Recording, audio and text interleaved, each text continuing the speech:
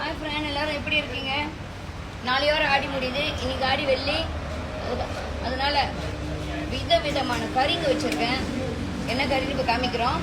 பலகாரம்லாம் ready ஆகிடுச்சு. கறிப்பாப்பிருக்கு, சமோசா, வடை, donut, kesari, custard குவே, பச்சைப்பயிறு உருண்டை, உளுத்தம் வடை, மரவள்ளிக்கிழங்கு உருண்டை. அதுக்கப்புறம் பார்த்தீங்கன்னா நார்மலாகவே நம்ம கடையில் எல்லா வெஜ்ஜும் இருக்கும். அப்படியே பார்த்துட்டு வாங்க. சோயா மீன்ஸ் சம்பல், சோயா மீன்ஸ் ரெண்டாம், அதுக்கப்புறம் வெஜ்ஜி அப்படியே பார்த்துக்கிட்டே மெதுவாக போங்க.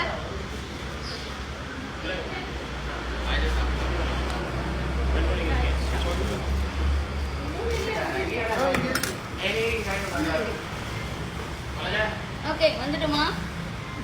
லைனுக்கு வந்துட்டோம். நார்மல் பாயசம், கரண்டி கொஞ்சம் பெருசாக வைங்கப்பா.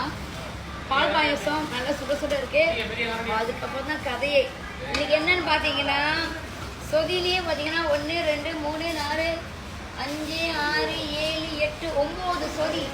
ஒவ்வொரு சொதியும் ஒவ்வொரு விதம் இருக்கு சிஸ்டர்.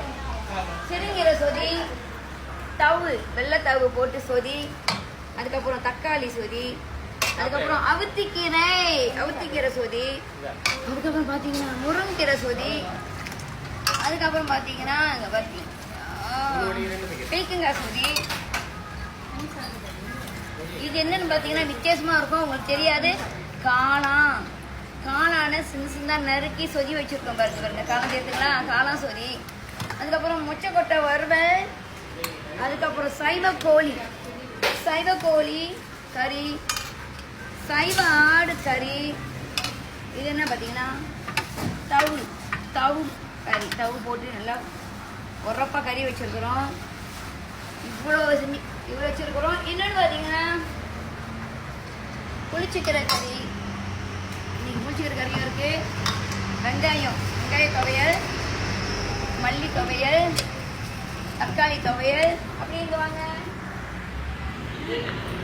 ஸோ அது மட்டும் இல்லைங்க, மற்றபடி எல்லா கறியும் இங்கே இருக்கு. சாம்பார், கீரைக்கறி, ரசம், குருமைக்கறி, பாயாசம், மீன் வகை நிறையா இருக்கு.